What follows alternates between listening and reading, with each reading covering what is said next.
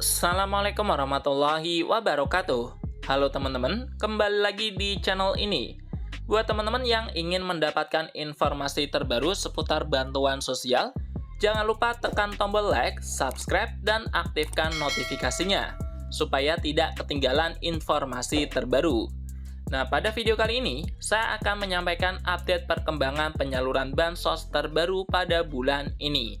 Ada beberapa bantuan yang saat ini penyalurannya sedang berjalan, ada yang masih dalam proses, dan ada juga informasi yang sampai hari ini belum mendapatkan kepastian resmi dari pemerintah. Jadi simak video ini sampai selesai, supaya tidak salah menerima informasi.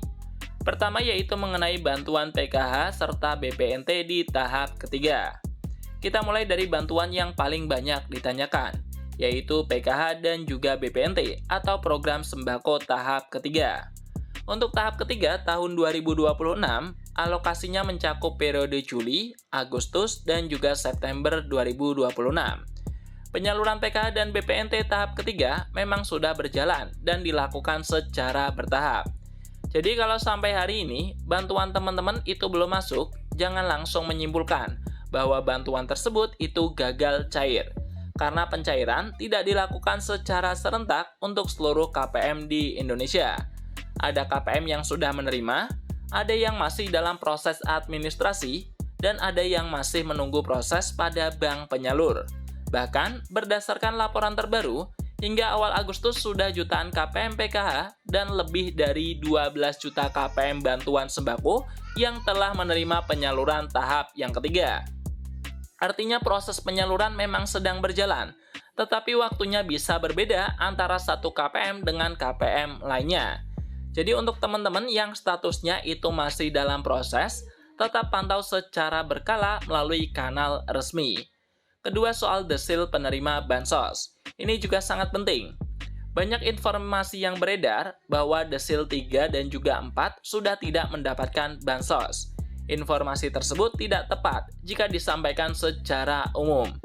Pada situs resmi Cek Bansos Kemensos, dijelaskan bahwa desil 1 sampai dengan 4 atau 40% terbawah dapat diusulkan sebagai penerima PKH dan juga sembako. Sementara desil 5 dapat diusulkan untuk PBIJK. Perlu diketahui juga bahwa desil bersifat dinamis. Jadi kalau kondisi sosial ekonomi keluarga tidak sesuai dengan data yang tercatat, masyarakat dapat mengajukan pembaruan data melalui desa atau kelurahan, dinas sosial, maupun melalui aplikasi Cek Bansos. Jadi jangan hanya berpatokan pada informasi dari media sosial saja. Silakan cek status masing-masing melalui kanal resmi Cek Bansos Kemensos. Ketiga, mengenai status pencairan. Bagi teman-teman yang memantau proses melalui sistem pendamping atau 6NG, biasanya akan menemukan beberapa tahapan administrasi. Secara umum, terdapat proses verifikasi rekening, kemudian penerbitan SPM, proses SP2D, Standing Instruction atau SI, kemudian dilakukan proses penyaluran sampai saldo masuk ke rekening KKS.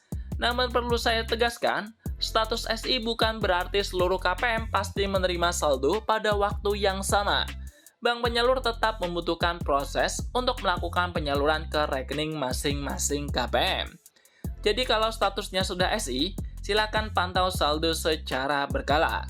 Kalau statusnya masih dalam proses, SPM atau tahapan sebelumnya, tetap bersabar dan pantau perkembangan berikutnya. Jangan percaya kepada pihak yang mengaku bisa mempercepat pencairan dengan meminta sejumlah uang. Keempat, mengenai bantuan pangan beras 30 kg. Sekarang kita masuk ke bantuan pangan berupa beras, teman-teman. Ini juga menjadi kabar penting. Pemerintah melalui Badan Pangan Nasional menyiapkan bantuan pangan beras untuk sekitar 33,24 juta KPM untuk periode Juli, Agustus, dan juga September 2026. Masing-masing KPM akan mendapatkan alokasi 10 kg beras per bulannya. Jadi jika disalurkan sekaligus untuk 3 bulan, totalnya menjadi 30 kg beras per KPM-nya.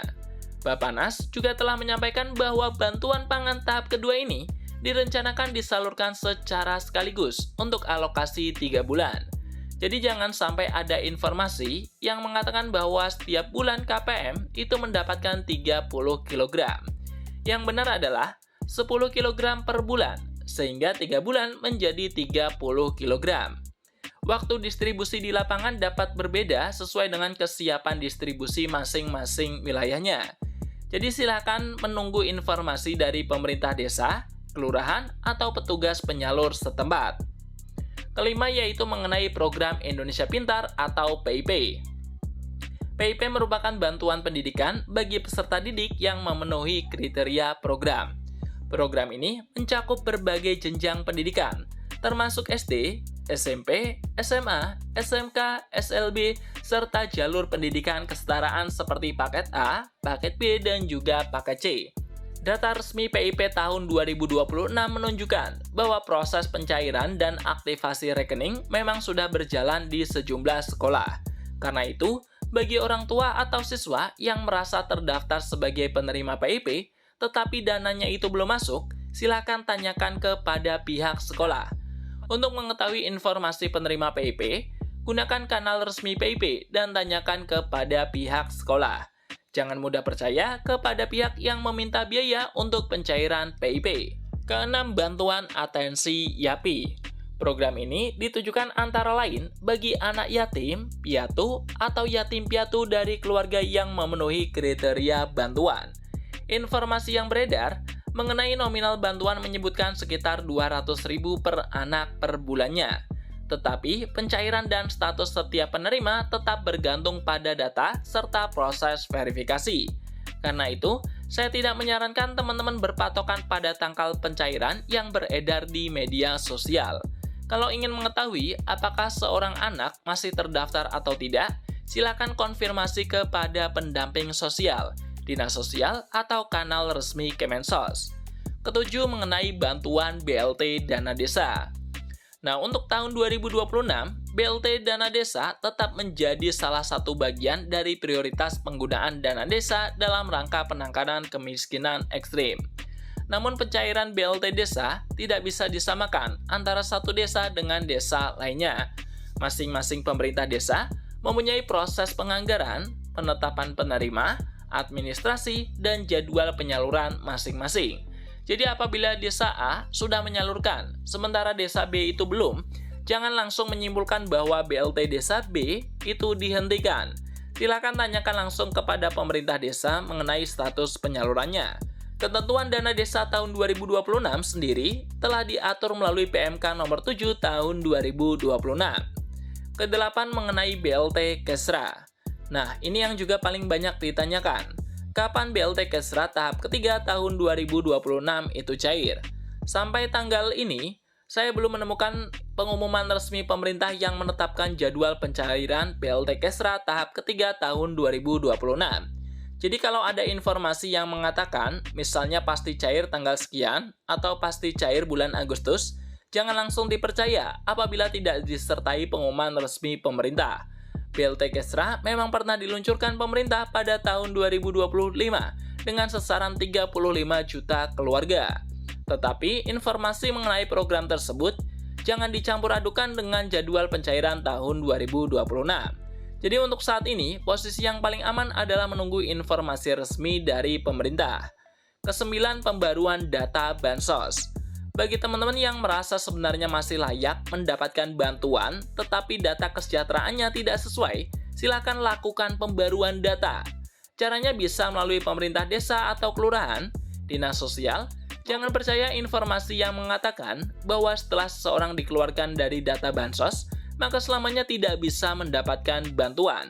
Yang benar, data sosial ekonomi dapat diperbarui dan desil juga bersifat dinamis. Tentunya pengajuan tersebut harus sesuai dengan kondisi sebenarnya dan tetap melalui proses verifikasi serta validasi pemerintah. Nah, jadi itu dia teman-teman untuk pembahasan kita kali ini.